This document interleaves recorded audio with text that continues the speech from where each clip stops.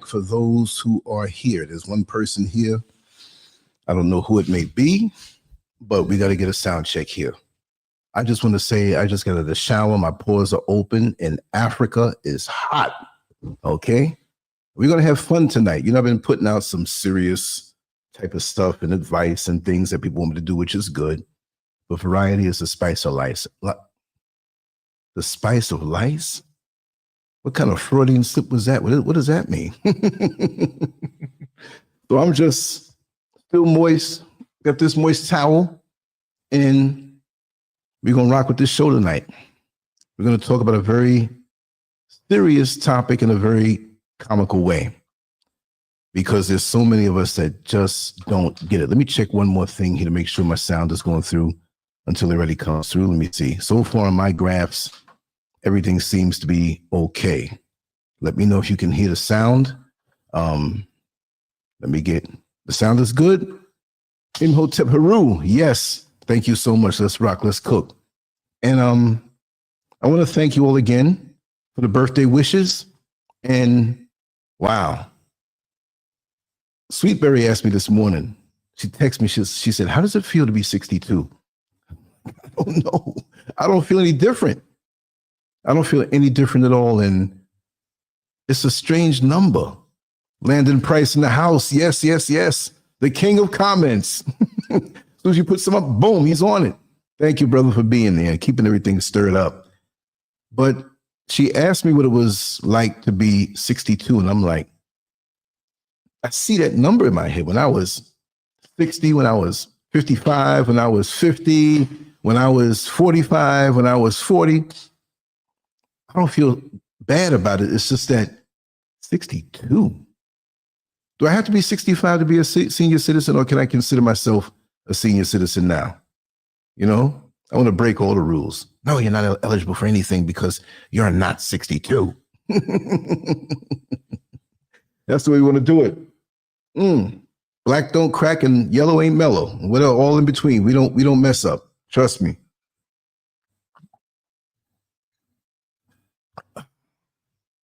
Let's get into this. Woo. It's truly live, because if I was recording, someone would have cut that right on out.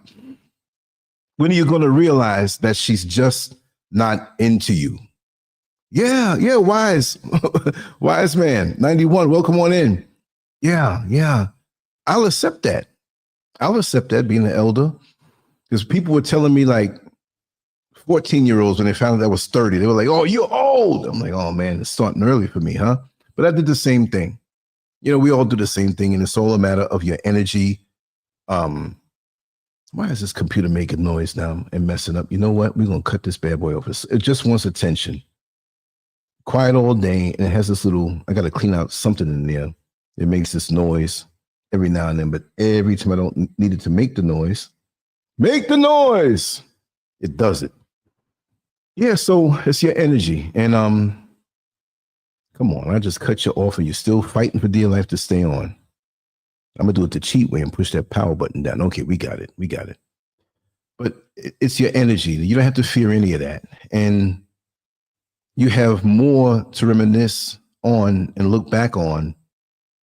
But I was always aware, and we're going to get on topic. I'm just kind of warming up because I haven't done a live like this in a while.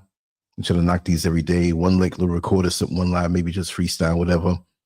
But I think back many years, many decades, and the memories and the things that I've done, the laughs that I've shared with many people, they're just as much alive as it was when it was happening, you know?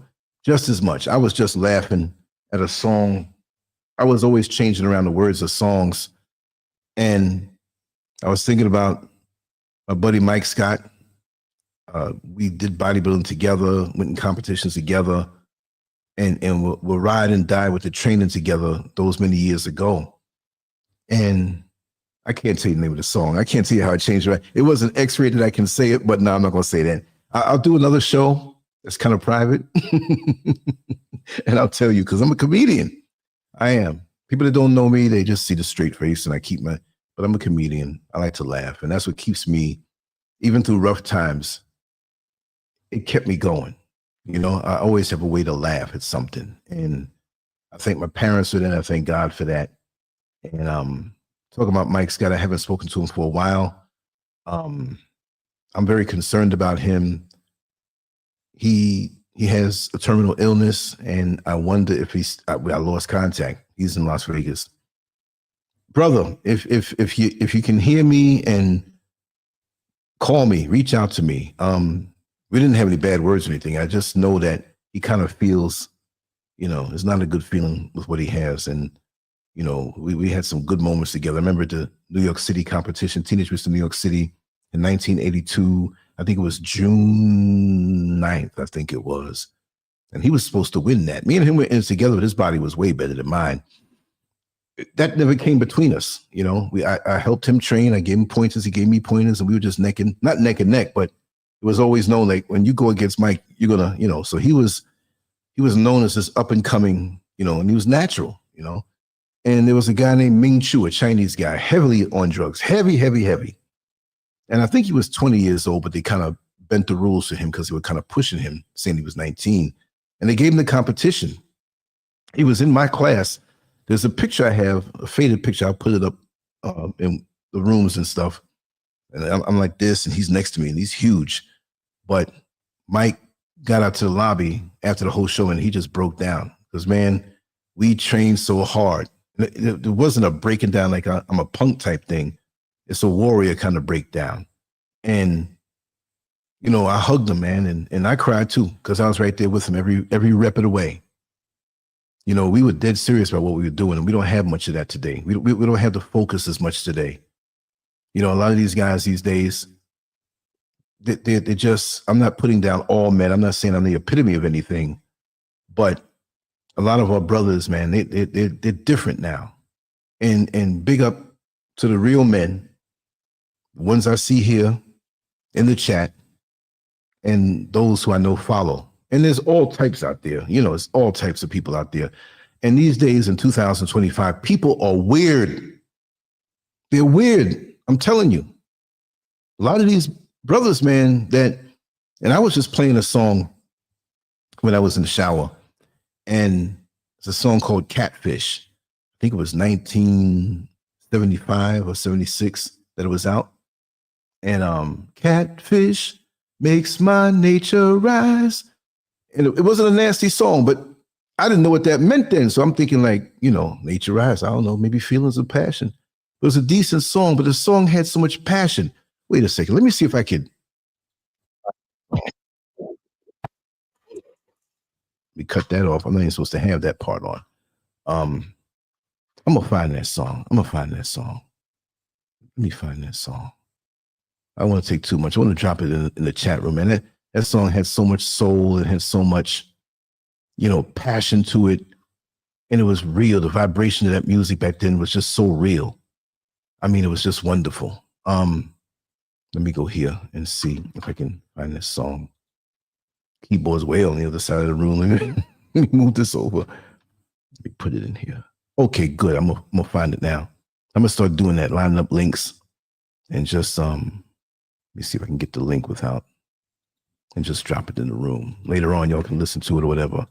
That's one of them songs that, man, it just brings back a time, a feel, the energy. We don't have too much of that energy now. That energy is sucked out of the atmosphere from these entities who, it's like they don't want us to live. It's like they're jealous of love and passion and energy, and they just don't like it. It's like they're the joy police. You know what I mean? You're having fun, you're doing your thing. You may not be rich. You may not have everything you may want. You have everything you need, and most of those things, you're making it, but you have a joy in your heart. And I know for a fact, after all my decades of living, you know that song, Wise Man, right? Exactly. Did I drop? Oh, yeah, I dropped it in the room. That's my day. That's my essence. All of this time is my essence, but I'm just saying my root, what made me, what I absorbed as a young man in the feel of it, you pick up on that, you know, and you move into what they call the future, in our society is tampered with, you know, and it's not different. I know the difference. It's like when McDonald's hamburgers were big, and they started making them smaller over the years. So wait a second, I'm used to this. It's like KFC, Kentucky Fried Chicken back in the day. Man, that thing tasted good. I don't know what they're doing now. They say it's KFC because it's not really chicken. Who knows? But yeah, porn, social media, all of these things. Yeah, it ain't big no more. It's a big cookie. It's not a big, it's a little, and you're done. Before you used to have to grab, maybe I was because I was a kid and I had little hands. That thing was big. You want to get a second one, you're like, oh man, you don't finish it. You see bite marks in it. I'm gonna put it back until I'm gonna eat it later on. Then you go back later, you want a full one, you got half. You're like, oh man, what am I gonna do? Get 3, right? But porn, social media, men who are timid now. I don't want to say timid. They're meek within themselves and their masculinity, you know? Yeah. The filleted fish, it doesn't, as the years went on, it didn't. You pass by, you don't have that urge no more. That's a good thing to have, the urge not to go there. But I'm just speaking real tonight, y'all. There's some men that, I don't know whether it's a confidence thing. I don't know whether it's a esteem situation, but I know the game, and I'm not saying game like it's a game. That's how people talk, and sometimes I talk like that, right? I know the game has changed. The dating game has changed. It's so different now. It's like a transaction, and a lot of men are intimidated. But when they go after someone to show interest, sometimes because of their passion or desire, I don't know what it is, they don't look at the signs that tell them he's not interested. Let it go. That's what I'm here to talk about tonight. That's real stuff that a lot of the younger brothers and some older ones, they don't really grasp. And they keep going. They feel they can keep pushing and keep pushing. I want to make her like me. Now, on the woman's side now, and I'm going to talk about these things, so I jotted down some notes. I want to get everything. They have so many options. You don't realize, brothers, how much more options. And if she's a woman who, Renee Green, welcome on in. This is for everybody to hear tonight. And I'm not bashing women. I'm not going against the brothers. I'm just telling it like it is from what I see. And in comparison to what I see back in the day, it's such a difference. And I'm not living in the past. I'm just saying, in this respect, back then was so much better. True and real vibrations.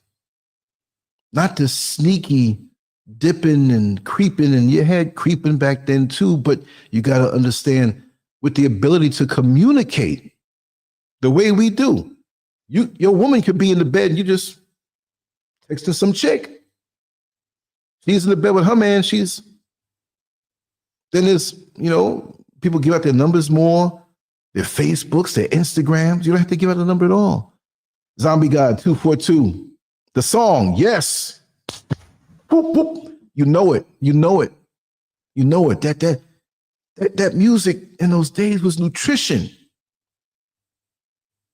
I hear this stuff now, and I'm like, oh, and I got to tell you, I found a song. Ooh, a rap song. Some rap music. Yes. It's live. Let me just, I don't know if she's really asking me if it's live or just playing a little game with me. I got to put this song into, oh man, old school hip hop, and what they said about what's going on today. Let me see, because I sent it to someone. Okay, that's not it. Come on now, come on. I know we want to get in on the show, but I got to drop this one. This had me jumping around. Chuck D's in it, Busta Rhymes, Cannabis. You know, I heard a few things about Busta Rhymes. I don't know. Okay. But the song that talks about Illuminati, that talks about the New World Order, the symbolism in it, I got to find this. Because I just dropped it to my dear sister. Make sure I'm scrolling up and down. Oh, this song had me going. Is this it? You know I can't play it. Let me just catch it real quick. Oh, I got it. Let me get boom. Oh God. 2 seconds of music played. I hope they don't behead me for that. Okay, I'm gonna knock WhatsApp off. I'm gonna knock this off. If you like old school hip hop that tells it like it is, Public Enemy style, the words, just listen to the words. But it's and you're gonna have to listen, you're gonna have to look at the symbolism. They flash it. But most people would say, they're talking like this, they're showing this, they're gonna be assassinated. I don't walk and feel like that, but I'm just saying, they really did the nan thing. They really did it. Right? Now let's get on with these notes. And I wrote some things down. I got some notes down that I want to say. A freestyle, we're gonna do it like that. If this happens to cut out and you don't see me, that means the power cut out. And I'll be back on within 90 seconds to 2 minutes or so. But I want to read this thing because it's very important that we do so. Right? So let me read these notes. Let's break it down. Some of you young men need to hear this straight. No sugar, no chaser, nothing at all. 62 years old, I feel good. And I've seen too many good brothers waste time, energy, and their damn pride chasing women who already made up their minds. They don't want you. I say this from love, not bitterness. My goal, to give you the raw truth that'll save your confidence and time before you fall in too deep. In this age of Instagram filters and text messages, right? And excuses, I'm busy. Attention is cheap. A woman can have a dozen dudes gassing her up by the time she finishes breakfast. Of course, a dozen, hundreds.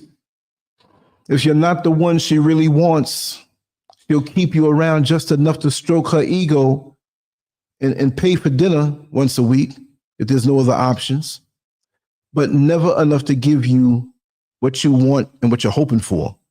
We're not talking about cheap sex. We're talking about a relationship. You got to recognize that, right?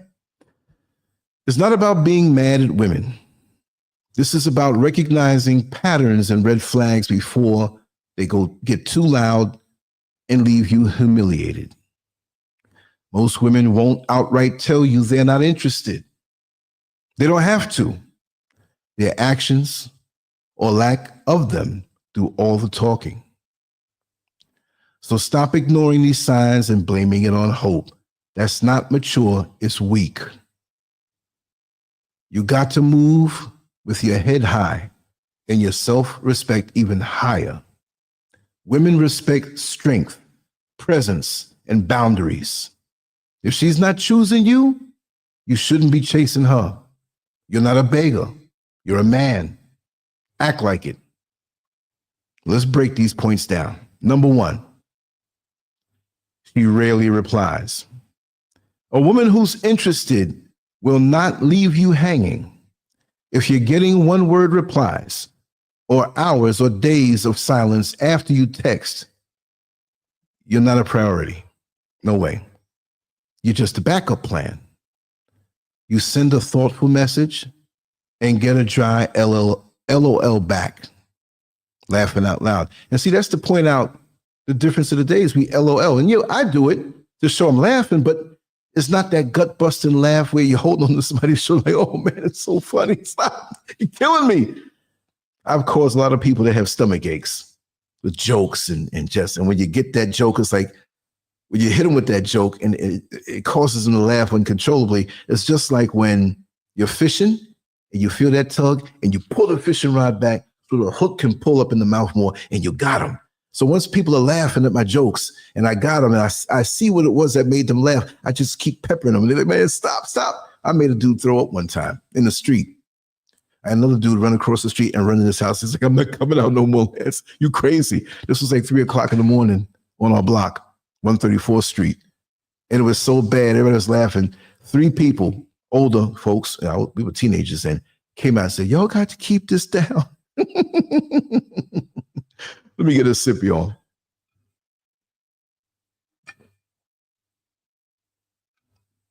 I'm a little dehydrated too.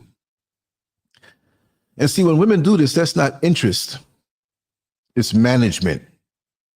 She's managing you like a task, not connecting with you like a partner or potential partner. You see, to me, back in the day, it wasn't these games. I'm not blaming women. I'm just saying that this is a devious world we live in right now. The sex is pushed. The scantily clad stuff is pushed. Women have been hurt, right? So a lot of them that have been hurt or traumatized or even violated will come to the conclusion and say, this is what you want? I'll give it to you. But it's going to be on my terms and you're going to pay me. I'm not saying pay me like a transaction where I want to say it, that I'll do this to you if you give me cash. But there's a lot of that also in an indirect, unspoken way. And it's terrible because what happened to the woman falling in love with the man when they see that the man is looking for one thing? He's bouncing around. And men, when you do this, trust me, the reputation of what you're doing goes out unless you go to a new city. And if that woman has been hurt before, then she's already starting out with half a tank. You know, the whole breakdown of the Black family, from the welfare system and social services, where you can't have a man in your house if you receive these amenities here, this help. The feminist movement, so many Black women ran behind that, and the white women used them to have a little black dot on the sun today. And we've been broken down over time, and it's going by pretty fast. I remember, I can't say that I enjoyed the last of it because the circles that I ran in, the families and the community that we had and have, that we had physically when I lived in that physical neighborhood. But now that we've all gone to different states and different places, and some stayed, 1 or 2 stayed, but most we spread out. I'm in another country. And I will say thank God for the good side of social media and communicating, because, you know, we talk every day. And it's a good thing. But there's nothing like being face to face with a person. There's nothing like being, I'm a man, you know, I'm a married man, but I'm speaking as a man in general for the brothers out here who I'm talking to and the sisters. What happened to holding a woman's hand and feeling so good? You're holding her hand. She's holding my hand back. This ain't got nothing to do with sex. This is admiration. This is passion. This is attraction. You hug a woman. Oh my God. Cheap sex does not compare to a fully vibrant and connected hug from back in the day, which could be today also if we both had the minds, and I say both, you and that woman. We're looking past all of the stuff that we can unearth from within ourselves. And the men, you got to understand there are a lot of women out here in this world. And you may get that woman that you want. I'm talking about the decent men now, not the guys looking to get laid. Let's just call it what it is. Or looking for a plaything. There's a lot of women out here that you have to take your time and find. They will come to you. But if you be that man, they'll see you too. You just can't be some person just grabbing numbers and, you know, thinking you like this person. You got to be about something to attract that person, you know? And this is the funny thing. These women that are so busy for you, she'll still be active on social media. Instagram stories, updated, liking posts, nonstop. Just not responding to you. They ain't busy. You know, she's showing you who matters. And it ain't you. If she wanted to talk, she would. She has her phone in her hand all day and all night. Don't chase that energy. Walk away from it.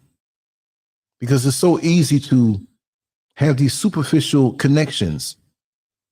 And she's distracted. She's not going to tell you. She's doing the eeny, meeny, miny, mo thing with 20 different guys. And I don't mean she's laying in the bed with them. I'm not talking about folks in our generations coming up. I'm not blaming the young folks. That's all they know. Also, there are a lot of women who are a bit too old for the games, right? They got into social media. They were shy about it. They might have had their family raised, and maybe the husband died or they're divorced or something. And they're just not like that, but they get in this thing, they start getting attention. And the men, brothers, what's wrong, y'all? They're beautiful women everywhere. You know, they're nice women everywhere. Some are tainted. Some are playing the game. But they're nice women everywhere. Slow down, pump the brakes, man. Because if you're speeding through a neighborhood, you can't enjoy it the same way as if you were cruising through the neighborhood. Better yet, take a slow walk through the neighborhood. Some of us are so fast to get to work, we drive, we don't even know what's going on around the corner to know what it's like over there. Take a walk sometime. Slow down sometime. Get to know people sometime. We got this thing. And there are people who I know personally who are addicted to this thing. I stay with my old music. And there are people I talk to all day. Yes, no problem. We have shared interests. We motivate each other. We support each other. That's how you're supposed to use it. You want to have quality people who want to be involved with you on different levels in your life. You see a woman, you may like her appearance, or she's charming to you, but she may see something in you, or she might be a gold digger. I'm not saying they all are. But she might be looking for something out of, or maybe you're not the one. That's all I can say. You know, how is my sound? Sweet D in the house. Yes, indeed. Frank, welcome on in. We got 18 people from what the program says here, but you know, it's other platforms are on, so it is what it is. It breaks my heart to see what has happened to our society and our community. You know, and there's much less love. And I know that people have to work, people are stressed. The perception and what they put out there in the news and how we see the world, we got to step back, man. We got to step back and build up something. I know I have it, and I need more of it. When I say I have it, that community feel, even though I'm separated thousands of miles from people that I love. It's all in here, and it's all in here. Jack Griffin in the house. Jack Griffin. Yeah, we go way back. I got to brag about that. Back to the 70s. That's right. Jack, tell them something about me that the world don't know. No. Certain things we don't. No, we go way back. Jack knows an awful lot about me. And if books were to be written, boy, that'll be a bestseller. Oh, you're back on the plantation tomorrow, huh? I'm glad to see you, Jack. Definitely glad to see you. I'm here. Willie Rivers, welcome. I'm glad you're here. Yeah. So we get back to these notes. And number 2, she's always busy. I've been busy. One of the most played out excuses in the game. Everyone's busy, but we make time for what matters. See? If she wanted to see you, talk to you, or connect with you, she would make time. Even a small window of time. If she's always got some excuse, that's her way of letting you know, or letting you down easy and letting you know she's not interested without having to say the words. You know what I mean? And let's be real. Many of you fall for it. You try to work around her schedule, offer flexibility, and think being patient makes you mature. No. Makes you look desperate. She sees you bending over backward and loses all respect. Don't rearrange your life for someone who won't even pencil you in. Take another sip. I hope I'm not coming down another cold. Nichols, I sneezed twice earlier.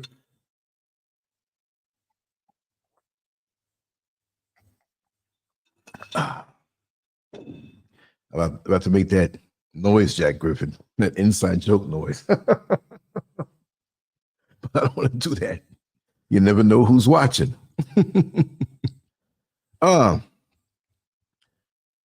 She avoids physical closeness. It's not about sex. It's about vibe, chemistry, and how a woman naturally reacts when she's into you. If she dodges hugs, you know them kind of hugs. If she puts arms on you and you don't feel it. When I hug, you know, theoretically, like I said, I'm not out here hugging all these strange women, right? But I'm saying that when I hug, it's like it's a rope and there's a helicopter and I'm holding on for dear life because I don't want to fall. I'm not trying to squeeze you, but you can feel it from a woman. And brothers don't understand that these days. You know, dodging hugs, shifts away when she's near you and stiffens up when you touch her lightly, decently. It's a wrap. Let it go where it's going. Write it off like an insurance write-off with a smashed up car. Women are physical beings when they feel safe and attracted. If she avoids closeness, she's not trying to build intimacy. That's the bottom line. You don't need to ask her how she feels. Her body language already told you. Don't ignore it. Now, you know, maybe a little monthly friend comes around and hurting in the stomach, or she got bad news or something, but 9 times out of 10, she's not going to reject you that way. Number 5, she's hot and cold. One day she's laughing, texting, and giving you all the signals. The next day, she disappears and acts cold. That's not confusion, it's manipulation.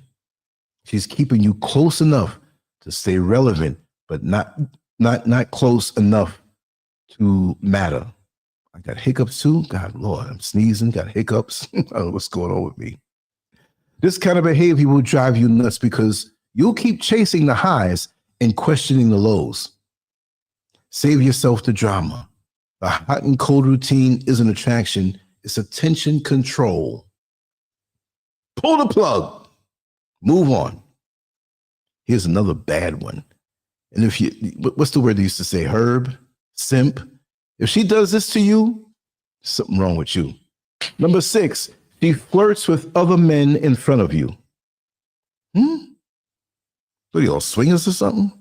A woman who truly sees potential with you isn't going to parade other dudes in front of you or laugh a little too hard at some other guy's jokes.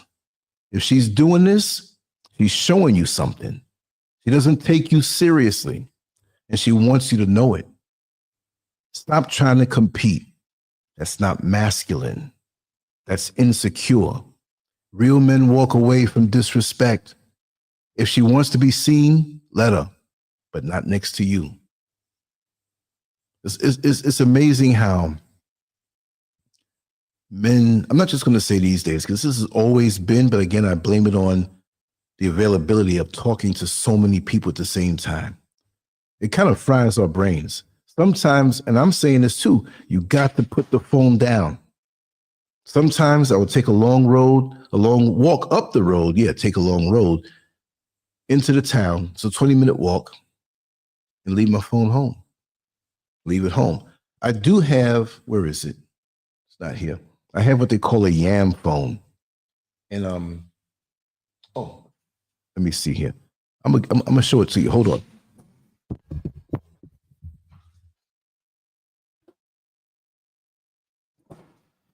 Knocking in the thing. Let me tell you something. Before the show started, I had this big, jar like this. I drink a lot. The bigger than that, all over the floor. I had to take the broom. I'm not lying, y'all. I had to take the broom, and I'm like, I'm not gonna step on the grass, but you push that to the side and deal with that later. But the Yam phone, a simple phone, a tiny, simple. Oh, I'm up there on that camera. Let me just put it on this camera. Right? Look at this. Simple. You can't do nothing on this phone, y'all. Nothing. Nothing. You can text on it, but you'll be like, A, B. If you want to hit C, you gotta 1, 2, 3. If you want to hit F, on the next D, E, F. No, man, that's that old school text. And I'm not down with that. It's too much work. Gifty Sine. Wow. Yes. Let me look at some of these funny comments. Wait now. Jack Griffin, I gotta post this up. All of Scurv's stories are true. Yes. Man, if you only knew. Wow. Yes, but sometimes I really am busy. But no. Gifty, I know you. Yes, I know. That doesn't pertain to you.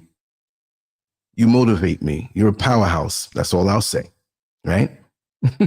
Sweet D says, Jacqueline, there's been a fly on the wall. Oh, man. You might look at me a whole lot different. Sister Gifty needs a young, handsome sugar daddy to pay all my bills, so I'm not as busy. There you go. It might happen. The connection comes on the Lancescurv show. All of a sudden, later on at the show, hello? I mean, I won't be on this phone, right? But this is what I will keep in my pocket when I go into town. Now, nobody has this number. Nobody. It's like I'm hiding it. It's a local number, so nobody in America is going to use it. You can call and run up a bill, but this is emergency in case I need a phone, right? But this phone, I keep it home. Not all the time. I keep my phone with me all the time because I'm always doing work. I write my articles on the phone. I do different things, but oh, you love the background. Thank you so much. Coming from you, yes. And to people who don't know, that is a real background. There's nothing fake about it. Because people have told me, that ain't real. That ain't your house. So notice my studio. I'm very proud of it. Women know in 2 seconds that they exactly. That is a fact, Sweet D. And I don't understand how a lot of these brothers don't get the. She tells you you deserve better. She's just pushing you away when she says that. The line isn't sweet. It's a red flag. It's a get out sign, really. When a woman tells you that you deserve better, believe her. It's a code for, I'm not feeling you like that, but I don't want to look like the bad guy. She's soft baiting you with kindness, hoping you take the hint. Take it and run. That's your cue to bounce. The worst thing you can do is try to prove her wrong. Trust me, once a woman puts you in that box, you're not getting out of it. You see what I mean? So there's so many things that we can say. We have to wise up. I don't know why some brothers just, even in breakups, some of them, they won't catch the hint. Some women, when they break up with you, that's it. I've seen guys abuse women. Not punch them in the face, but just manhandling them on an emotional level and a little physical too. You're not going in right now. Well, and hold them to the wrist. Get inside and do it. And they cry later on, oh, I wonder why she left me. Duh. Thank you so much, Gifty. We have to tell it. And I have to say, I've had conversations with many special people that have got up in my ass and told me things about other things in life. And even still, as a man, I'm still learning to this day, like Deontay Wilder, to this day, I'm still learning about myself, how I'm wired. And if I'm this age is 62 and I'm still learning from years ago and things that happened to me and what has formulated me into what I am now, good, bad, and ugly, you're not going to get it right away. We are our own innerverse, our own inner universe. And you have to think about it. When we're born, we have different temperaments, but because of that, we'll react different to different stimuli, to different things that happen to us. Things that made my older brother go toward taking drugs all his life. Maybe those same things would not bother me, because I'm not taking no drugs. I'm not saying you're weak, because things can happen to people with different temperaments, so we can't judge the world according to how we think, because we don't know what they've gone through. You see what I mean? So we got to be careful with that. But when you know the factors now, you can make an educated assessment even more when dealing with family and close people. But you just don't know. There's things that I've been through that folks swore would drive me crazy. I'm not going to say I didn't flinch, but I took it on the chin. I should have been crazy a long time ago, according to people that I know. They say, man, Lance, you went through that. And a lot of things I have to take accountability for. And I do. It's better that way. Even when you know deep down that that particular situation wasn't your fault, take accountability for it. It's like Mike Tyson back in the day. He might have knocked out somebody in the first round. First round knockout. Mike, how do you think you did in this fight? Well, I could have done a little better, because the technique that Cuss taught me when I'm using the power from my legs and my hips, I could have snapped it a little more, and maybe he would have fell maybe 10 seconds earlier. So I got to work on that. They're like, no wrong with this guy. So he could have said, yeah, I was stronger, I trained more. No, look for the thing that will make you improve. Take accountability for it. Because all of the experiences that you have in life, it's like a chisel. When you have that guy chiseling out something, a statue, out of a big marble block, and you don't see what he's doing because he's chiseling it down, down, down. He sees what's inside of that you can't see. You see? And just like I was speaking to a close person to me, this is off topic, but since I thought about that, my brain jumps around. I'm thinking about 5 or 6 different things right now while I talk. My brain just doesn't stop. That's why my head's so big. I'm like, I need to pull my eyes up a little more so my head don't look so big. Anyway, I was speaking about, and this is really for the young ladies, because they may feel this way more. Like sometimes, you look back at old pictures and you say, whoa, I was looking good then, but gotta drop some weight. I'm overweight. No, you're not. Get that out your head. You're not overweight. You have extra weight. Because just like the guy chiseling out the form out of the marble, you may have weight on you, but you are still that person under all of that. When it snows, if you live in a place where it snows, and if you don't, you can imagine it. You don't get up in the morning when the snow fell all night and there was no snow when you went to bed. And you say, oh my God, the curb is gone. I don't see the curb. I don't see the sidewalk. It's there. It's just covered up. So on an emotional and spiritual level, there's so many of us that we go through things and we get what I call emotional scabs or spiritual scabs that's on us. And because of those situations, we don't see how we grew. And we think the scab is ugly. We think the stretch marks around the stomach is ugly after the pregnancy. But look at the beauty of what came out of that pregnancy. That's a badge of honor. Even more so when you are a good mother, because there are a lot of women who are not good mothers, face it. They got the stretch marks too. And because they're not good mothers, they make the stretch marks ugly. So if you have a wife or a woman and she got them stretch marks, kiss that first, because of the beautiful process of replicating you and creating life. We're too superficial. Brothers, how many women have you met that were good women that could have been wonderful wives, as you should be a wonderful husband? There was something superficial about her, or some imperfection. Who's perfect? We look at these filters. We look at the Cosmopolitan covers and the Ebony magazine covers and the Essence covers, and we see the models and the makeup and the Photoshop and all that stuff. Let me tell you something. Back in '98, I was driving a Lincoln Town car for a limousine company. It wasn't a limousine. It was a late model Lincoln Town car. And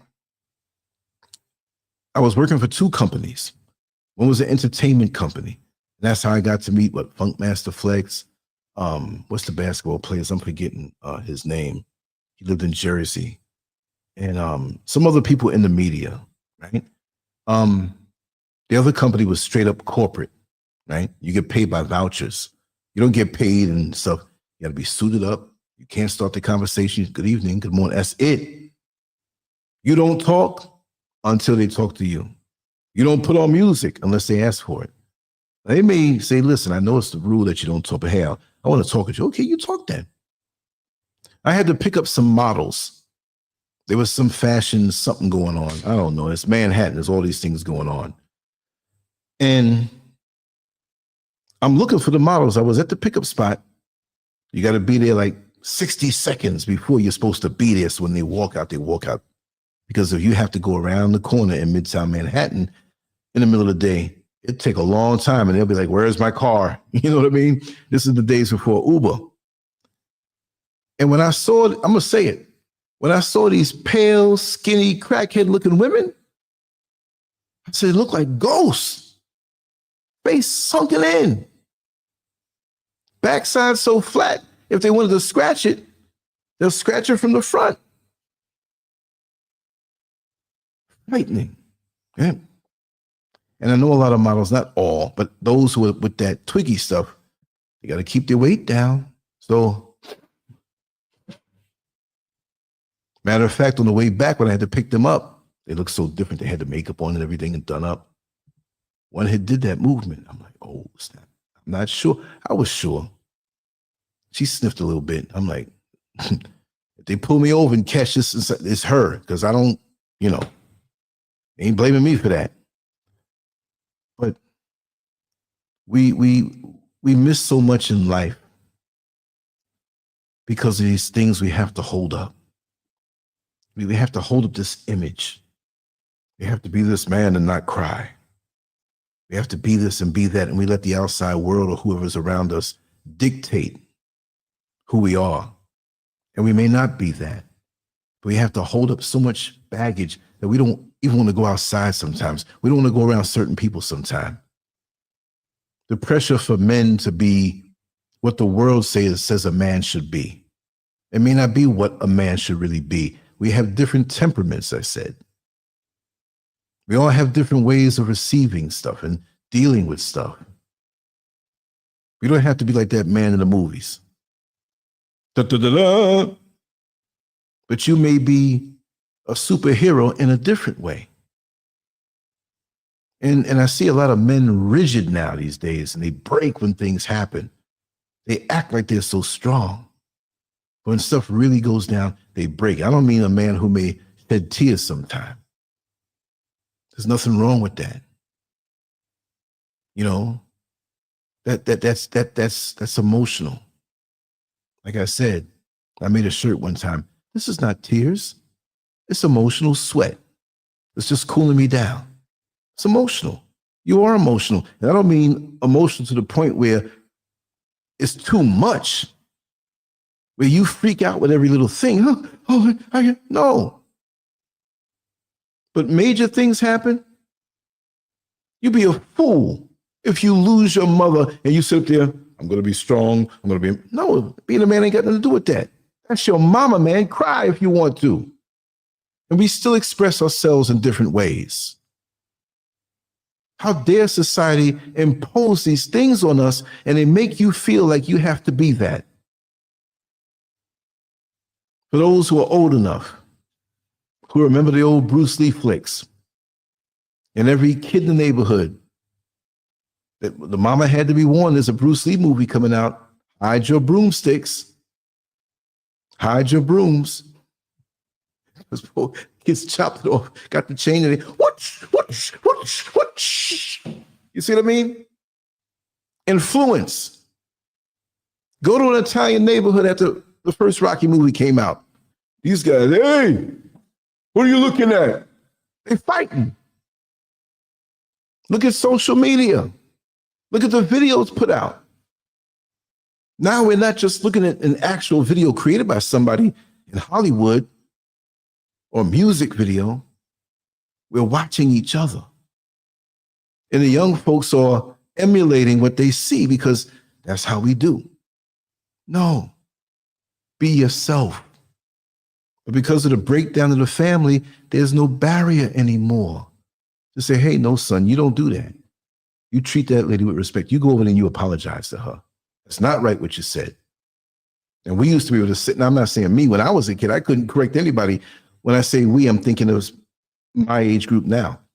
Back then, any elder, any adult, no matter who they were, could correct you. And if you were really wrong and needed a correction, the parent thanked you because that's what you're supposed to do. Now we're afraid to correct any child because we don't know what type of parent they have. Maybe we do and we can. And it goes to a certain point.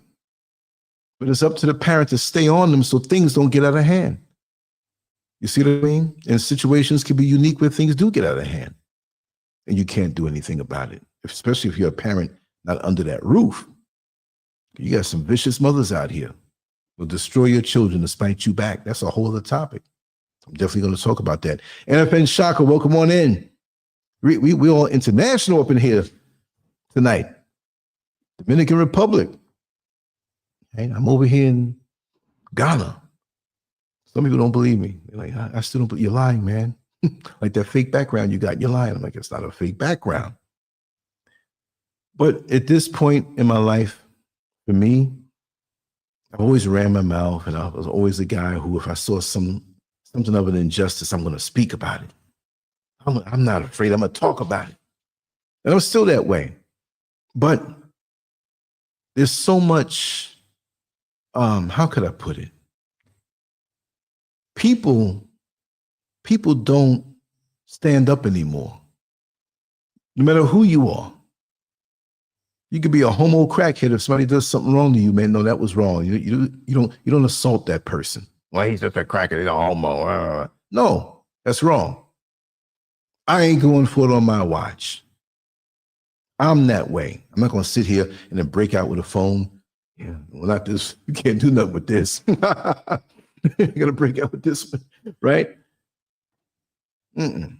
Certain things, and I'm talking about major things now.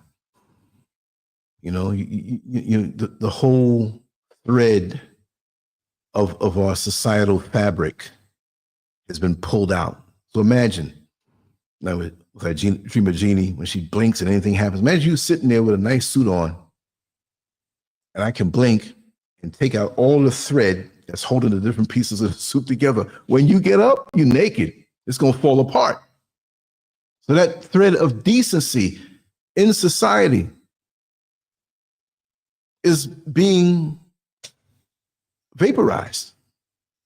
And we sit here and we don't try to still uphold those separate pieces if somebody has a thread out of their symbolic suit taken away. You know, and the men going after just the sex and the women parading around the sex.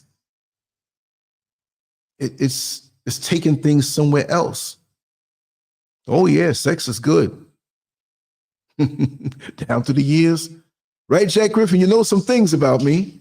But when you look back, the experiences I've had have made me who I am, to give me the insight that I have now. Oh, what a dangerous road. I could have caught up with the wrong person and I've been here because of a disease. Or some woman that lied and said she was single and her husband comes home, but they're separated. I'm going to tell you all some stories. I jumped out 2 sets of windows one time. They weren't like stories up, but whoa. That's why I know I'm blessed and protected for a reason. And we all have to know that. We all have to know that We're here for a reason. When you start to feel down sometime, you start to feel like you have no purpose and you haven't found your way yet. Some people don't find their way until they're 70 years old. On the deepest levels, some people know early. You know what I mean? We're all not going to get there at the same time.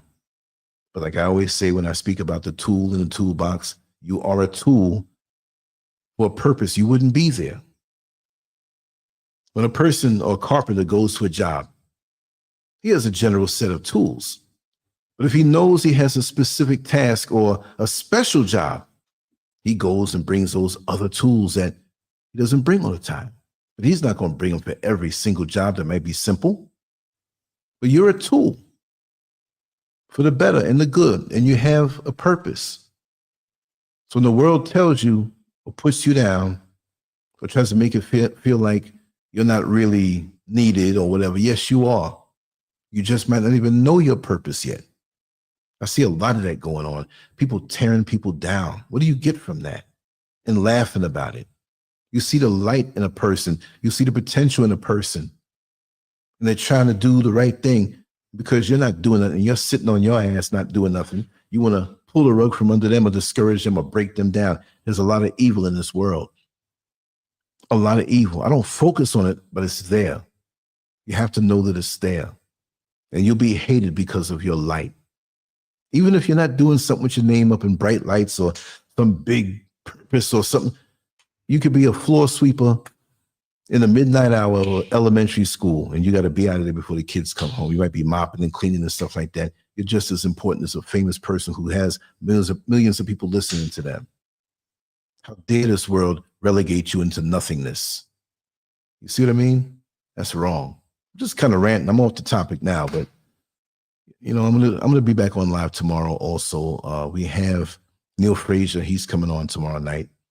What time is it? For me, it's 7, so that means it's 3 o'clock Eastern Standard Time. For all the other time zones, you can count back. I get confused because I'm really confused here now. You know how when they change daylight savings time, you lose an hour, you gain an hour. Okay, you're there, you can do that. But I'm in a place where they don't do that.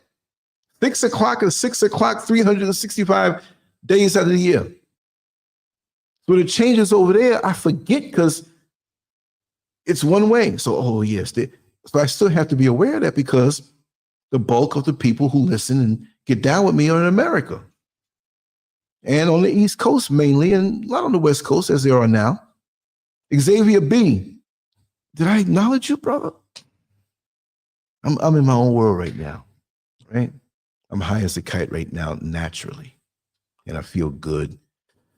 I just want to thank everybody for, you know, riding with me and we vibe and we explore because, like I said, I don't know everything, but I'm still learning things about myself that are life-changing. And when you peel back that layer and you conquer that layer, whoo, there's another layer, another layer. And if you're doing things right in this life, when you get to a certain chronological age, you should have elevated yourself. Oh, I can tell a good, nasty, dirty old joke. I'm never going to stop that, right? But there's other sides of me now, other layers that are added on. So when I see people from different worlds, you know, meaning that people I knew that they may not have ascended or they fell off or they did real good, they may expect me to be that same person. I can whip out in my bag and, you know, present that person, but there's so much more to me. King of Founders Village, welcome on in. Yes, yes, good to see you here. I'm relaxing, I'm warmed up now. We're gonna start doing some more live shows. I had a little work being done in the house out of noise and different things, but in the studio, everything is what it is. I had some little things I had to do here to touch up some more. There's a little more work to do cosmetically, you know, but I promise it's gonna be good, it's gonna be good, it's gonna be good. Yeah, still learning. And if we think we know everything, guess what? That's when we regress. We'll know a lot more, and what we know we should share and pass on. But if I know everything, I don't want to hear it. No, let me tell you something. I've watched YouTube videos, I've read books that throughout the whole book, like say there's 20 chapters. I'm up to the 18th chapter, like everything this guy said I already knew. But I might get to the 19th chapter. It's like, oh man, I didn't know that.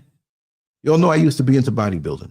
I still follow it, even though it's a drug infested. 99% of these guys are taking drugs, but it's still interesting to me. I follow boxing. I love boxing.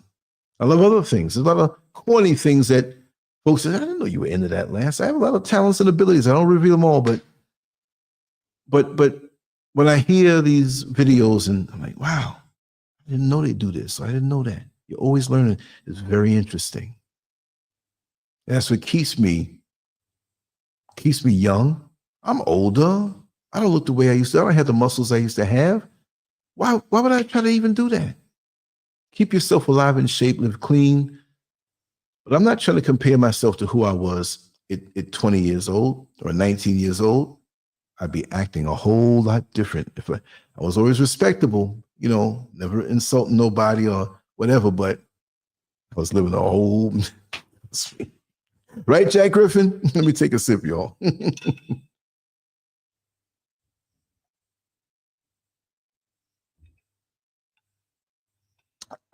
Gotta do that. Keep yourself hydrated. I saw a bug earlier. I went into the backyard. My studio was the bottom floor. I got a window shooting right to the back, and there's a carport back there. There's the rest of the yard. And I saw this bug climbing up on the window. I never saw a bug like that before. I should have captured it, not to kill it or anything, but to get a picture or so. I don't know what it was. That's the same bug that I saw when I first came to Ghana when I was in the Volta region. They had that really tall waterfall. And it flew, it had wings, and it stood up on its feet, and it had a head. It's the same one. It had big eyes, and I'm like, what is this? And I was looking for something like maybe a cup or something to go over it and slide a piece of paper under it and put it somewhere where I can look at it. But as soon as I thought about that, it looked at me and it didn't even fly away like that. It stayed where it was still on the glass. It looked at me and just moved away like I had a jetpack on or something. I'm like, oh man, I'm freaked out. No, I don't do drugs, y'all. No, never did. I don't even like taking aspirins. You know what I mean? Listen, I want y'all to tell me whatever topics that you want to talk about, and I'll talk about it. I promise you I'll talk about anything. I don't care what it is. Because like I said, my eyes, I've never traveled the world, right? But I've traveled the world in human nature. So there's not many situations that I have not seen. I've pretty much I've seen it all in categories, not like every single whatever, but situations and stuff and everything. I've experienced these things. And I thought everybody was like that. I mean, we all have experiences, but whoa, I had a whole lot for somebody to not be rich and famous. You know what I mean? So even in confidence, if you want to reach out to me and say, hey, Lance, I want to talk about this, but I don't want to associate myself with this publicly, no problem. I'll do it whatever way you say it, because we really need to have real talks now these days. There's so much superficial foolishness clogging up the areas of our mind and our spirit that we should be talking to people to tell us something worthwhile. Because so many people are so hooked up on the bad side of social media, they're going to look around and their life is going to be over. And all they did was look in this thing, feel insecure. Why? This person has filters on their face. This person is standing next to a car in a shopping mall that doesn't belong to them. Standing next to a Lamborghini, leaning upon it, holding up their keys to take a picture to deceive people. People work so hard to be the fake thing, the superficial thing, than to go inside and say, let me work on me. Let me face a part of myself that I don't really feel comfortable with. That's what we need to do. But most of us don't. We just push it to the side and go, it's so easy now. The things we had to deal with in adolescence, like when you're young, you know, like say as a young man or a young woman, you know, the appearance is very important. So we may have little body image issues like, oh, I got to make my stomach smaller. Or if it's a woman who's small breasted, she wants to have bigger breasts or whatever. Not to be lewd or what. I'm just saying this is what it's like. Guys, you know, Oh, my arms are too small. That guy over there has muscles. He's got bigger muscles than me. Diane. Yes. How are you? Yes. We got all the superstars up in here now. But we go through that and we had to deal with that. We had to make a change. You know, guys would go work out if they felt too timid or too small. They did a little boxing. They learned how to fight and defend themselves, put on weight, get stronger, whatever, lose weight. But now you can do all that online and not have to make any effort at all. The time you meet somebody offline and you've been talking to them for a while, you're sitting next to them looking for them. I hope they get here soon.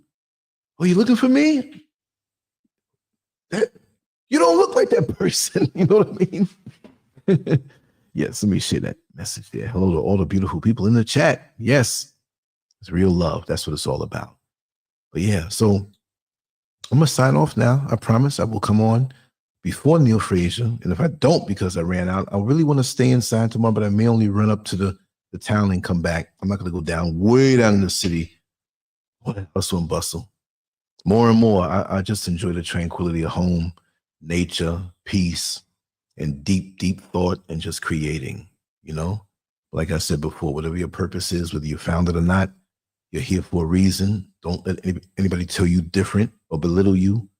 You have value and you're crucial. And before I go, I'm going to say the same thing I said before about the watch. You have a watch on, it's a beautiful faceplate. You have the second hand, the minute hand, the hour hand, maybe some 18 karat gold plating in there and all this beautiful stuff. You say, man, that's a nice watch. But you give credit to the face of it. But all those little gears behind the scene, if one of them tiny little gears fall out that you don't see, watch ain't working. Every gear in the watch that you don't see is valuable. So if you're unseen or you feel that people don't acknowledge you, whatever, you're still important. Trust me, that's the way it is. Anyway, I'm going to sign off right now. And there's one more thing to do that I was supposed to do from a very long time ago, and I'm going to do it. Come on and do it. Do it. Do it till you're satisfied. No, I'm in my 70s mode right now. I miss the 70s. I'm not living in the past, but the magic that we had together as a community, that connectedness, you know, someone in something, in some spirit did not like it. And it's a shame that we're allowing the world to be torn down and the connections torn down. You know, out here, when people walk past, good evening, good afternoon, you know, sometimes they may not speak, but 9 times out of 10, they do. You know what I mean? And we need to deal with situations directly, not listen to propaganda from somebody else or propaganda in the news or propaganda to keep us separate. There's so much of that. Why? I don't know. Talk to somebody directly.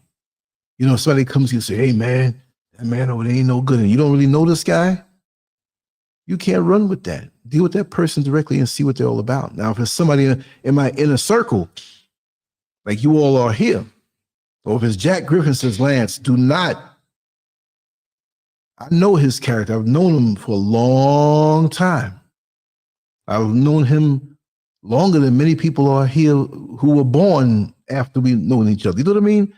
When you know somebody like that, you take the word. But when you don't know somebody and they got a secret agenda, a hidden motivation, I deal direct. I will never get into a beef with somebody on somebody else's word that I don't know.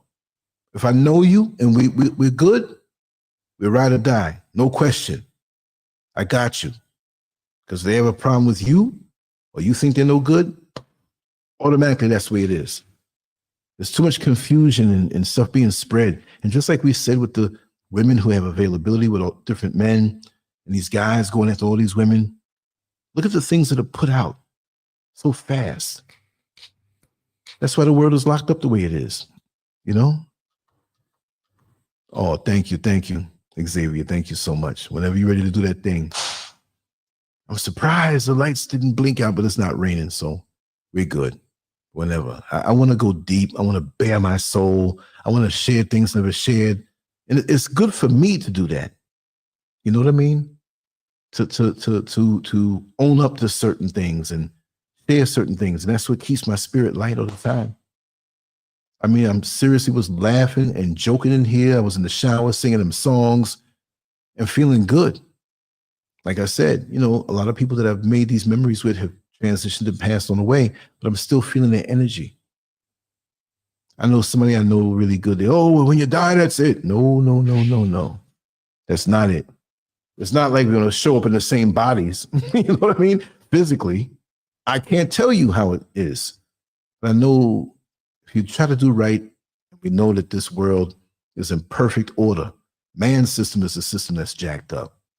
You see what I mean? But I'm going to say God. Yes, I am. What's wrong with you softening up, Scurv? Yeah, I'm saying God. You didn't make yourself. You know?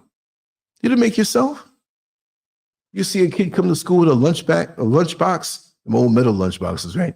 Packed with sandwiches and a cookie and some milk and all this stuff, right? It didn't happen out of nowhere. That child came from somewhere, a certain order of that household. So I can see mangoes and papayas and pineapples and bananas in the back. That's a gift. In a climate that doesn't burn me up, in a place where I'm not going to get flooded. Bugs that have purpose. They're annoying, but they have purpose. Animals have purpose. We're all a perfect order. Man's order is chaotic. And well, yes, we're civil and this is society, and you people out in Africa, you're savages and you're wild. But they're sucking from here, the resources and the knowledge, and they erase other things. So we think we don't have anything. It's us, y'all. If we're nothing, if we're savages, if we're stupid, if we're just simple spear chuckers, then why do you come after us so hard? If we're nothing, then it shouldn't be a threat to you. Why do you watch us so much? Why do you try to emulate us so much? Anything we produce, you try to get a hold of it quick and pay off the person some hush money and stand in front of the cameras. Yes, I'm the one who made this. President Ibrahim Traore from the country right above me, Burkina Faso, created an electric car. You can recharge it, and it has a solar capability. Beautiful car, $8,000. But will you hear about it in the American media of the West, the UK? They know. And so many of the people that don't look like us, they right here living good. But their newspapers and their media will tell you all kind of bad things about here. And there are issues here. There are challenges here. There are things that need to be discussed directly. Like I said, I'm not going to have a beef with somebody and I don't know the person give me this message. You can't trust it. And we trust the Western media too much. And we have a common oppressor. You can say enemy. And now we're fighting over each other because one's over here and one's over there. And I'm not this and you're not this and you're not this. And the oppressor's sitting back like, I'm living over in your country where everything started and y'all are fighting. And we getting rich. Chinamen over here, Lebanese, Turkish people, UK people, and stepping like they own the place too. What? They have no problem with the ones who were born and raised here. They see somebody like me, they see my walk, they overhear my talk. It's like, how did you discover this place? You should have been back in America believing the propaganda. Right? I'm a regular blue collar dude. There's no way I can live this good in America. Be careful what you allow in your mind. Be careful. We've got to have filters physically to see what certain things are, mentally and spiritually. That we don't put too much weight on the spiritual thing. And if you want to speak about the spiritual realities, most ignorant people, I don't go to, I went to church about 2 weeks ago. I'm not talking about no church. I'm not knocking you if you do that. But being aware of something higher. Getting to the point that you have so much centeredness in yourself and you're so much at peace with yourself which we're human. Sometimes we feel sad. Sometimes we're not at peace. We're human. We get annoyed at things.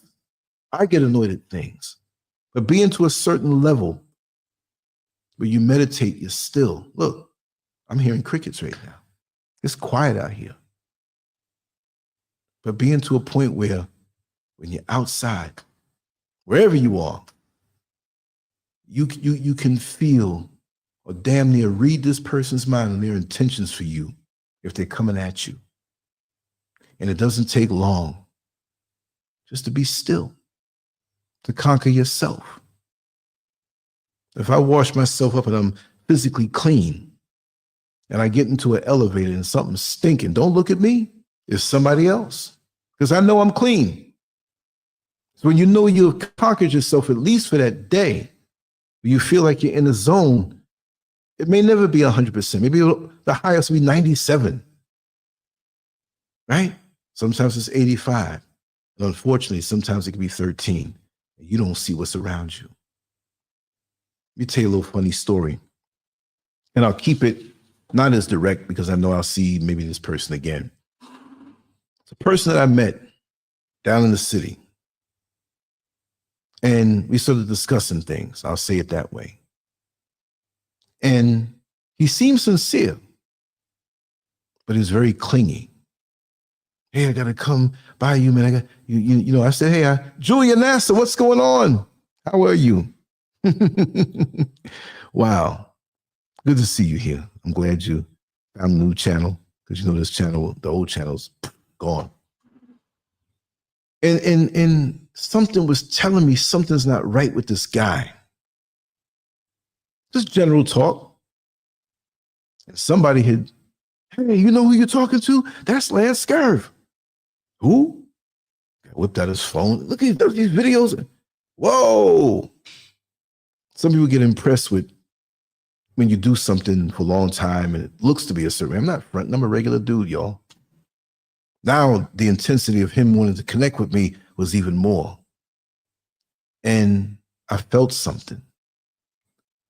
We exchanged numbers, but so you gotta have a phone like this. Wasn't getting this number. No, I'm just so anyway, I was in that area again and I saw him. And I was more on this time again when I saw him. I was not spaced out. I don't smoke anything, do drugs, but I was spaced out and being ascended, like not because everything went perfect. There is no perfect. It's how you negotiate. If you're not here, right, in your head and in your heart and connected, simple things will destroy your spirit and discourage you. I know how to handle things. Everything happens for a reason. Like I said, that glass broke. Look, if it was close by, I'll show you. I swept it over there. Didn't bother me. That was confirmation. You trying to piss me off before I do this show? It's not going to work. Thank you for the confirmation because it's going to be a good discussion. That's how you have to think about those things. When I saw this guy again, hey, my brother, hey. It hit me. I'm not going to lie. It came to me. And there was more confirmation after that. What came to me, I'm going to say it, think I'm crazy. This guy was associated with other people who are not good. And he wanted to come up to my home, scope me out, see if I was a rich guy, because you know, you're from America, you have to have lots of money. And get to know me and then eventually send some people up here. I knew it. Call me crazy. So then when we were talking, another brother who I know, he's on that wavelength. He's on that wavelength. And he walked up. As he was walking up, he looked at the guy, looked at me. He said, Lance, I got to talk to you. We had some good long conversations. We're going to do some things together too. And then he turned around and looked up at the guy. And the guy was like in shock. This was a spiritual exchange. He knew of the guy, but he was letting me know in a nonverbal way that this guy, you need to stay away from me. And he said, Lance, where are you going right now? I said, I'm going down the Spintex road. I want to do some visual note taking on some things I have to buy. And I'm going to come back. He says, on your way back, you must call me. And the guy was standing there like, oh, snap, he's blowing my cover. And then after he said that, he looked at the guy and he just walked off. I was like, whoa. When I called him, the very thing that I felt is what he does. See, we look down, I'm not seeing anybody here, but we look down on the animals and crush them, step on them. There ain't nothing, it's just they communicate. We just don't know their language. And I believe since we are supposed to be the highest, that we can, if we were stripped of all of the propaganda and false things put on us, that we can communicate with the animals, with the insects. We can flow with them. You know, just the same way that I feel that if we weren't as corrupt as a people, adopting the ways of other people that are so wicked, we can walk out in the middle of the worst thunderstorm where lightning is dropping and not one lightning bolt hit us. We can go to a beehive and the bees are all over us. Like when they have the suits to protect people from getting stung, the bee ain't gonna bite you. If your spirit is so clean, you can walk onto a property where there's an attack dog ready to kill you. And that dog sees your intention, that your heart is pure. He's not gonna let you walk out with anything, but he's not gonna jump on you right away. The balance, the connectedness, the unity that we're supposed to have in God, the God-given world, the natural world, has been shattered. So we have to face the consequences. And then we know we go into this imposter world, the man-made world, the man-made system. And we think, yeah, okay, I'm gonna push. But where do you run to when you get stressed? Where do you run to when you feel that it's just too much and you need a break? You bring your behind down to the Caribbean. You bring your behind down to the equator, somewhere warmer. Nobody says, oh, I need a break. I've got to get to Alaska. Nobody says that. They want to go and bathe in nature, a nature bath. I found out about that. It's a term that the Japanese use that's not English, but you can pronounce it. But the translation, I spoke about it on one video. Like you go out in your yard where all the trees are, nature, just kick back, reclining chair, a blanket on the ground, just make sure nothing crawls up on you. But if your spirit is right, you know, you'll be okay. And vibe with that. And don't think anything. Don't go out there with your headphones. Why? So you're not receiving what you're supposed to receive. Just be still and let those thoughts flow into you. The ideas that come to me, there's so much. If I want to do 2 or 3 things a day, either writing or videos or something, there's 10 or 20 I have to struggle with. Like, oh, I can't do them all. But that's heaven for me. To be overwhelmed with options in my mind and tuning out all the other stuff. And that's what I've recently learned even more so, even today. That's another thing I learned even more so. I'm going to repeat what was said to me to a point about focus. Jack Johnson, right? We get upset if somebody says something about us online. I've had many videos made about me, comment sections, yeah, he and all that, rah, rah, rah, rah, rah, rah. But you live in your miserable life. I'm good. It never really bothered me. But other things aside from that can sometimes, in the recent past, get under my skin. And I was told by my dear sister about Jack Johnson. Could you imagine? His opposition wasn't just the boxer that's in the other corner that he's going to fight. He's in America as a black man, strong melanin complexion. And he's going to fight another, a white, not another, he's not white, but he's going to fight a white man and the whole audience is white, and they're threatening to kill him. He's up there, vast crowds, all rooting against him. You know, white man, I hope you win, Jack Johnson. If he felt that way, he wouldn't voice it, because the crowd would turn on him. So here he is. He's got to be focused, because he's got to know that any second, somebody could have been out there. Boom. And he would brilliantly fight these men and smiling while he kicked their behinds. And after the fight's over, they didn't want to see that result. He's walking down in the crowd, people throwing things at him. They see him in the street. It wasn't just at the fight.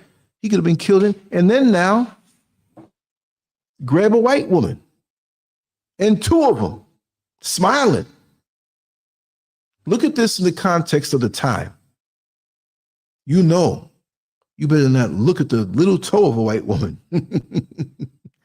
You can't scratch your head and, If you're talking to her because she wants to talk to you, you better stand back and you better not look dead in the eye. Just, okay, and be all subservient in your body language. He bringing the two white women. That's like saying F you to all them people who want to kill him. Even if he wasn't Jack Johnson, they want to get him anyway. A tall, bald, black, dark-skinned man with a gold tooth, kicking white people's behind. It's like Muhammad Ali said. Yeah, Emmett Till, Gifty Sine. Yeah. And that's right, sweet tea. That guy was trying to set me up. That came to my spirit. And my other friend came. I didn't talk to him at all. Didn't know. But he walked up, and he's never used you on that side. And he told me what this guy's into. That came to me. And the more I'm up here in the mountains and being still, I indulge in social media. I talk to people all day long. But I'm not caught up in, right now at this point for me, is to get stuff out of me. I've had a lot of life lessons and jokes and fun, little hedonistic things, the whole range. You need that from A to Z. So while I will still look to experience things, I have enough in my inner library to share on so many different levels and so many people that I've learned from. See, I'm still open to learn and absorb. Today, learning about me, right? In other areas, and the whole Jack Johnson thing, learning about masculinity, true masculinity. What you mean you learning about true masculinity at 62 years old? There's certain aspects of it I didn't understand. And it wasn't a man who told me about it. It was a very deep sister, Customato. You know who you are if you're listening. So you have to be open. You can't be too full of yourself. What can I learn today? What experience am I going to have today that's going to give me more depth? Not just looking for stimulation. I want to get something to eat, man. Oh, man, where the hoes at? You shouldn't be calling your sisters that anyway. I'm just saying that's how many of us talk. And we'll forever be on a low vibrational level. I love to be still. I love to get up and go on one of them balconies and look out over, or just go in nature and sit there. How long are you going to be back there? I don't know. Might be 30 minutes, might be 3 hours. Sometimes it's all day long. And I can come back and write something. And when that's done, something else comes and whatever comes is needed. So they'll text me, hey man, I need to hear that. Well, I learned it from somebody. I'm just transferring it. I may have put a little piece of my own thing on it. But I can't say, I am the guru, I am the all-knowing, you must come to me and bow and worship, I'm the great Lancescurv. No, I'm learning just like y'all. I need remedial classes in life too. I have to brush up on things too. Things I already know, I better go back and read the book or talk to the person who is the book. You see what I mean? If I'm so full of myself, how can something else come in? If you're arrogant after a while with the knowledge that you've been afforded on a divine level, you won't have that divine hookup no more, because you're taking something so powerful, you taking credit for it, and now you're parading yourself around as the one. No, you're going to get smacked down real quick. Keep yourself humble. Told this story a million times before. There was a sting, different stings in Orlando. And the police department called the jail and said, listen, there's a lot of arrests tonight. Prepare for it. So we had 2-man cells. We had to put a third person, inmate, I hate to say that word. And in this one cell, there were 2 brothers who were always cool. They're reading books, they're vibing. I love the conversations I had with them. And I was bringing this elderly gentleman to this one particular cell. So before we brought him in, I went to the guys. I said, listen, I know they were good. I said, we have an older guy coming here. And before I could finish the sentence, oh man, if he wants the top bunk here, Scurv, I'll get down on the ground. He goes, man, it don't matter, you know. So I asked the man, I said, what do you want? He said, no, man, I don't want no problems. I'm not coming here to make no waves. I'm good on the floor. And so the brothers, the young brothers, they got up and said, no, man, we're not like that here. I don't know about any other cell. But Scurv will tell you how we are. You deserve, you know, maybe he was looking out to pick up hookers or something. I don't know, but they looked past that and they looked at the fact that this guy carried himself respectable in that presence, in that hyper masculine, aggressive atmosphere. Plus, he's older. He's not looking to fight nobody. You know what I mean? But still, you can see something about him. So he told him, he said, no, seriously. He says, look at this logically. I'm older. Yes, I am. I may be a little more brittle. But if I take the top bunk and fall, it's a wrap for me. This is a hard concrete, you know. I was walking up the steps one time in the jail and tripped and boom. I was like, oh, next couple of days, it didn't happen right away either. Like 2 days later, all this pain, and I forgot that I fell, you know. The other day, I fell out of the bed. I fell right, boom. And this shoulder here, I'm feeling it, you know. So he said, listen, I'm genuine about that. The reason why I don't want any one of the bunks, I like to spread out when I sleep. And the main reason is you can't fall off from the floor. And, you know, I'm always seeing the other aspects, thinking of things in multiple ways. He says, I can't fall off the floor. I can stretch out, but if I'm on the bunk, I can fall. You can't fall off the floor. I was walking around the rest of the day like, wow, he doesn't really understand what he said. I interpreted that as meaning, as long as you're grounded, you can't fall. You keep yourself grounded, you can't fall. Most fighters that are fighting and they get knocked down, yeah, you can get hit hard, knocked down in any position. When you're jumping around, you can't get any power on your blows anyway. When you're jumping around, you get hit the right way, it's easy to fall because you're not grounded. When you have your feet up under you and you're in position, you know, to do what you got to do, and your feet are under you and you're grounded, you can't knock over a pyramid. The base is wide and the top may be up higher. Now you can have a pyramid with a narrow base and it's real high, it's easy to knock over. That defeats the purpose. See? To remain grounded at all times. Don't get too full of yourself. The more compliments you get, the more accolades you receive from the world, hunker down more. I don't mean be low and think low of yourself. You have to know what you bring to the table. There's nothing wrong with that at all, right? You don't go to a job interview, well, I'm kind of all right with this. No, what do you do? What are you good at? What is your resume? You might talk yourself out of that good job. Try to minimize yourself. It's a balance. You're not too full of yourself. You're not too low on yourself when it comes time. But keep yourself grounded. You get there faster. Look at a Lamborghini, how low it is on a low center of gravity. Look at a FedEx or a UPS truck. The wind blows, it's going this way. You're driving next to the UPS truck or the FedEx truck, and it's windy. You're like, hey, you know what I mean? It might look like it's going to come and, you know, fall on you. But that Lamborghini, that Corvette, that sports car, it's low. And it cuts through the air. So me, When I used to do bouncing a little bit back in the day when I was working in the jail and I had some more muscles, I was a Lamborghini. I wasn't big like the dude 6'5" and 300 pounds. When there was some kind of problem and I had to run toward it, get low, they didn't see me, going hard. I just get the boom, whatever. Then hopefully the other guys will come before I get messed up. I got some stories to tell you about that too. Crazy stuff. Man, I thought I was gonna get beat up one night, but I had to do what I had to do. But it's life should be easier as you get older. Now you're gonna have things that come at you. There's gonna be storms that even when you have all of this wisdom and you've accrued all of this sense and stuff, it's almost like, okay, you can handle this now. I'm gonna hit you with this.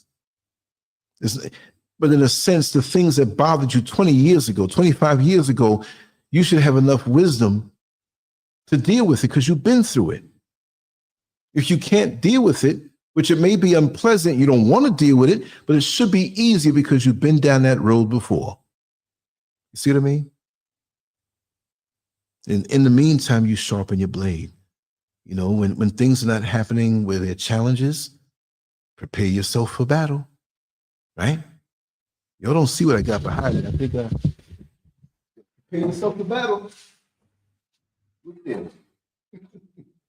I'm never too far from what I need to protect myself, right? Not that that's going to happen. I got a big wall around me, bars on the window. Oh, you got to make a lot of noise. Wake up everybody on the whole mountain. But not that I'm paranoid, not that I think that I'm negative. I know every inch of this place. And I'm like Rambo up in here. I can hide nooks and crannies.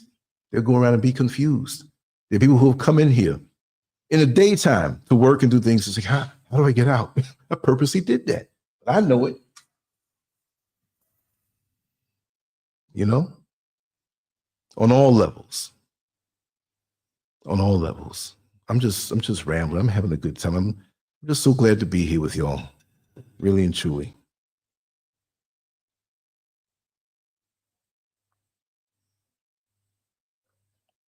I'm sorry, I should have said that I was going to take a sip. Rambo Lance. Real. You're right. But even you look at Rambo, Sylvester Stallone, he wasn't bothering anybody. He walking through the town and the cop starts messing with him and they lock him up and, you know, you don't know what's coming at you, but it doesn't mean you have to be paranoid. But be ready for everything. Be aware. And it's a good thing and it's a bad thing that we as human beings judge the world by the state of our own mind. Just because there's certain things that you would not do to a person doesn't mean that an innocent looking person over there doesn't have hell in them or would do something really horrific to you. Doesn't mean you have to walk around in fear. I'm not saying that. But your range of what you will and won't do, your range of decency, don't impose that on somebody who you don't know. Even some people you do know to a point. You don't know what circumstances will bring the monster out of them. You know, I was working with the incarcerated. Some of the nicest acting guys that were in there. Nicest acting. Didn't mean that they didn't have that nice thing about them. But they got to a point where either it was circumstantial or they're just evil and they did certain things. And in their normal range of dealing day in and day out, because most people see these prison movies and they think, well, something's happening every 5 minutes. No.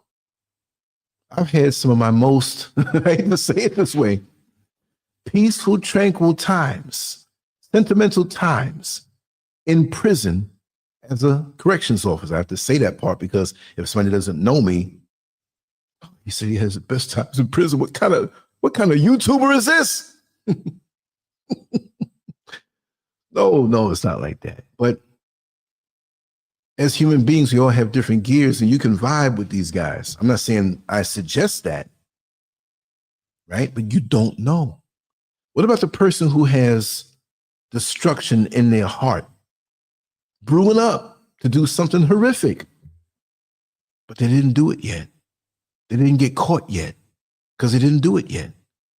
Look how many child molesters are out here who have done those things and haven't gotten caught. Just because they haven't gotten caught doesn't mean they're not that.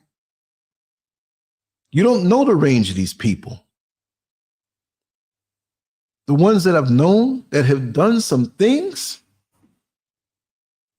in there, they're the most calm person, very intelligent conversation, oftentimes charismatic.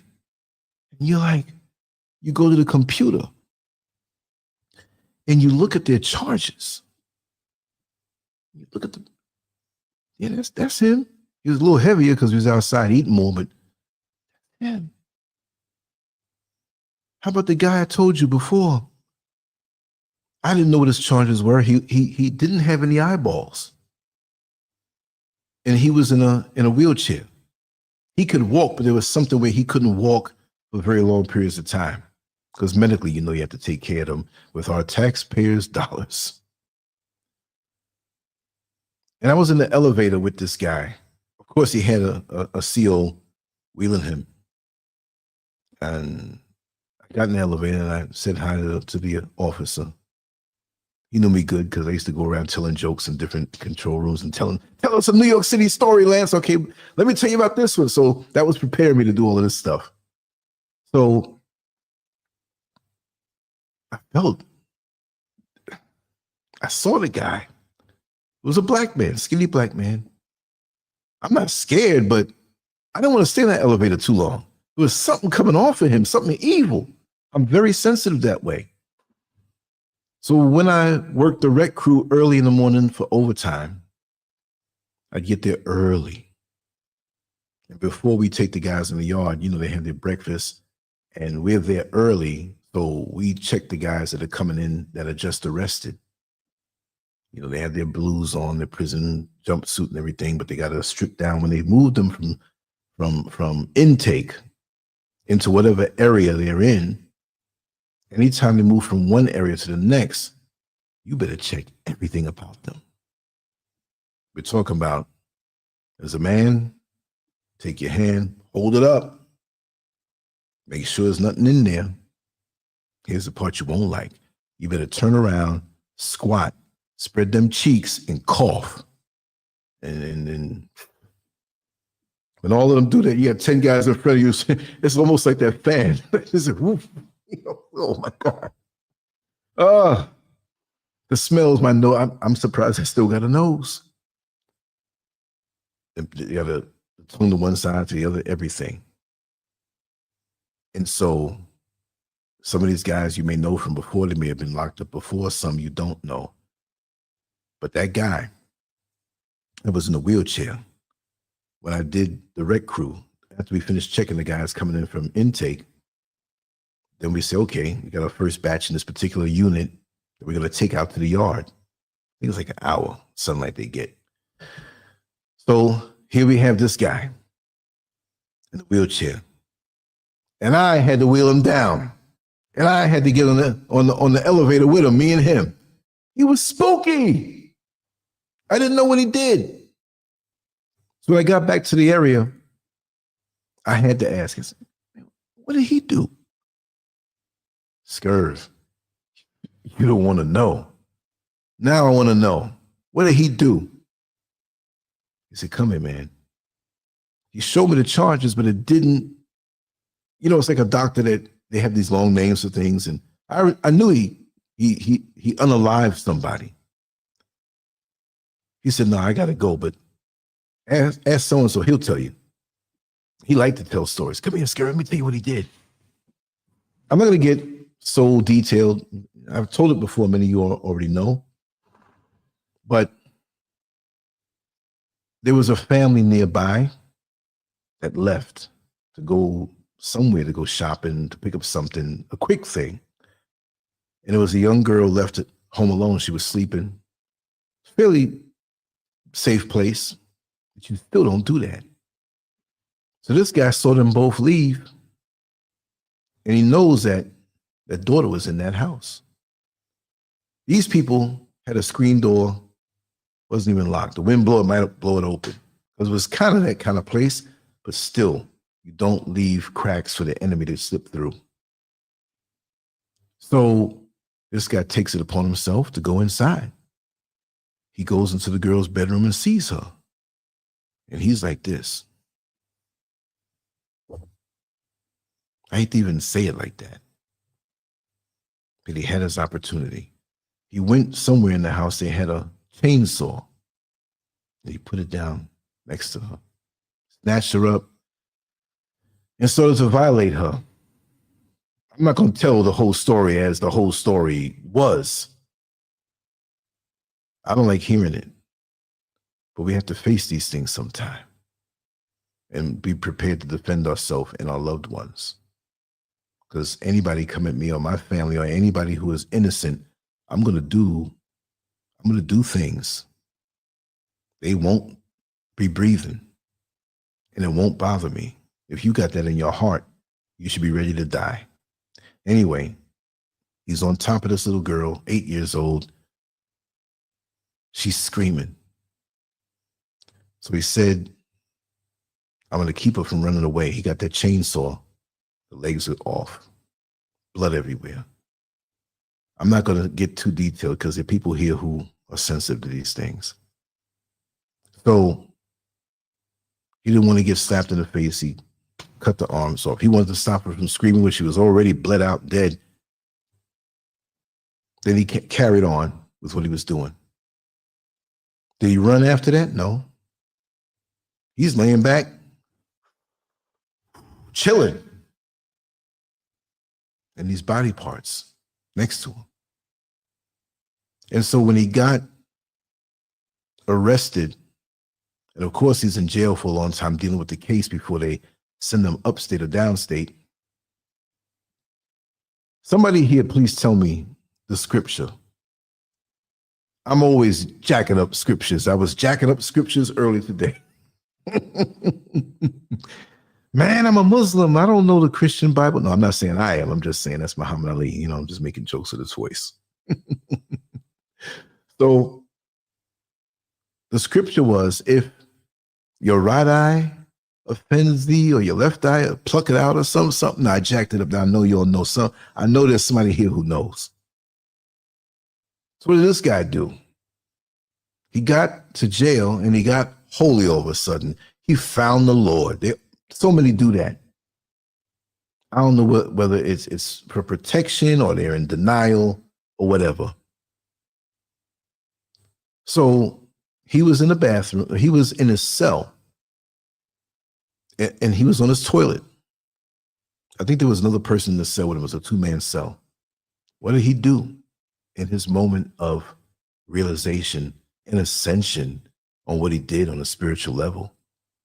Well, if I have to pluck out the right eye, if the left eye, pluck out the left eye, whatever. Okay, let me see if I can. How do I Google this scripture? Pluck out the left eye. I'll put enough keywords. And something about offends something. I'll just do it like that, and I'll put scripture. I bet you I'll pull it. I'm a good Googler. Okay, let's see if it comes up. Bang, I got it. King James Version, Matthew 18, verse 9. And if thine eye offend thee, pluck it out and cast it from thee. It is better for thee to enter into life with one eye rather than having two eyes to be cast into hellfire. So I'm going to copy and paste this because people will be watching this show later on and you got it wrong. So this is my proof. Let me put this in and let me highlight it. And I'll put it on the screen. Okay. It cut off because there's a limit on how many characters can be there. So what's next on there is actually into hellfire. So you have all this, and at the end, be cast into hellfire. That's the scripture right there. I'm going to leave it up for a few seconds. Well, anyway, what did he do? I don't know how he did this. This man had to be totally, well, we know he's nuts. We know he's a devil. He's a demon to do that to a little girl. I'm not blaming a demon and he didn't do it. Because too many people do that. Oh, it was a demon in him. Yeah. But he had to sign off on that bad boy. I don't care how much demons are jumping around me. I ain't doing nothing like that. You see what I mean? Too many people, especially in the churches. Well, you know, the devil got in him. Well, you let him on in. Someone's knocking at the door. Somebody's ringing my bell. Do me a favor, open the door and let the devil on in. How many people remember that song from the 70s? Let me take a sip, y'all. I'm going to tell you what he did.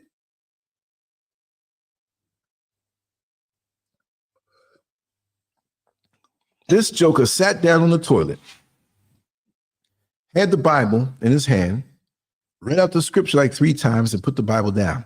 So his cellmate just chilling, you know. He wasn't on the toilet doing anything. He was just sitting on the toilet. So he's saying this scripture and he's saying it over and over after he put the book down. And it got twisted because he forgot certain parts of it. Homeboy took his finger and dug his eye out, pulled his eye out. The blood in the eye empty. I couldn't do that. I just wanted to get a trial run on what it was like what I said, okay, let me see what that's like. I can't do this. My eye. And then he did this one. He took the other hand and did this one, pulled his eye out. There's some guys who are still working there from the times that I worked there. I'm going to call them up and I'm going to ask them. He's probably upstate, but they'll remember. I'll try to get them on, get a little recording and have them tell it. That may know a little more. Wow. But they couldn't find one of the eyes. They say that the cellmate said he might have eaten it, but blood all over the place. And he was ecstatic, saying the scripture, trying to talk in tongues. I'm free. I'm free. You ain't free from what you did to that girl. You can ape up all you want to. It ain't gonna change nothing. The things we do. And they said before that this guy was never a problem. He didn't have a history of doing bizarre things or anything. So be careful, y'all. You don't know what people are capable of doing. You don't know when a person will snap. Don't just trust the surface, because now more so than ever, we have so many demonic spirits running across the earth, just looking to jump into a body. You know, this is something. I could talk about that all day because I've learned so much, you know. But anyway, I said I was going to leave out about an hour ago. You know, I start getting on here and talking, and I just keep on talking. I'm so relaxed. I love you all. Thank you. It's not about having 1 million hits or 1 million subscribers. Those numbers are nice. But really at this point, this is what it is for me. This kind of vibe. You know what I mean? Even if a person disagrees, I have no problem with it. Maybe I can learn something, right? This is how you do it. And that's why I'm even more relaxed. Since they took down another channel, I'm like, let it go. Let this go where it goes. And plus, like I say, I'm on all other platforms. And let me do this again. I'll put this up again. Where was it? Where is it? Okay. Where is it? I hate when I can't find things. Where'd it go? Well, the link is at the top of the chat room, I believe. Okay, I think this is it here. Okay. Whoever hasn't done it, please go there on this link and sign up. It's another platform that will have everything that I'm on. You can go to Lancescurvx.com. You'll get everything. And the live shows will be on there too if you're not on YouTube. And it will be put in your email inbox immediately so you won't miss. So this is why If YouTube shadow bans me and like, okay, we're going to give the alert 2 hours after the show is over, whatever. This other platform goes straight into your inbox. So if I do a live show, you're going to get it. Then after the show's over, I'll put down my notes below so you can read along with me if you want to. And it's everything else in there. So YouTube, you ain't got no hold on me like that. But I'm here because of the people that were on the old channel, and you still want to gather. But since we're here, let's go there. Right? Anyway, I'm going to sign off, and I'll be on tomorrow. I have to set up the link for Neil's show, and I'll be on, and I'll be hitting it up every day, regardless, because we've gotten a lot done. So I have more free time, and that's just what we going to do. Right? So let me drop a little music, and we good. Let's do some oldies but goodies. Let me see. Boom. All right, y'all. Much love to you all. Take care. Lancescurv out. And like I said, hit me up. Any topic you want to talk about. We're going to do some good content and have some soul to soul talking. Right? Much love. Peace.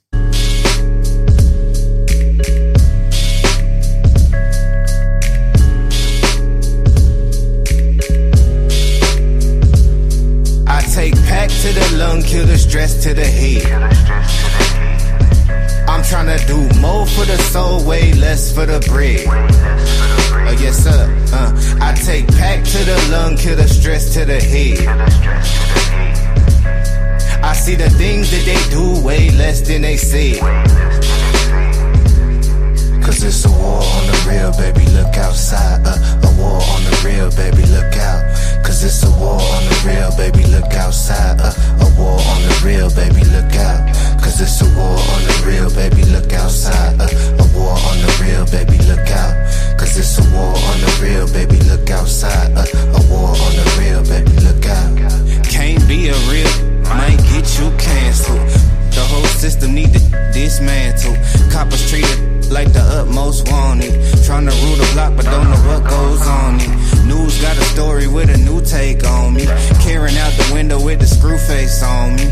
But I know that God love me when my burn 95 degrees and I can't get sunburn. Wonder when your government don't make me legal. Burn the whole city if I can't be equal. Get off my please, Brad, I earned that. 400 years, how you still ain't learned that? I take pack to the lung, kill the stress to the head. I'm tryna do more for the soul, way less for the bread. Yes sir. I take pack to the lung, kill the stress to the head. I see the things that they do way less than they say.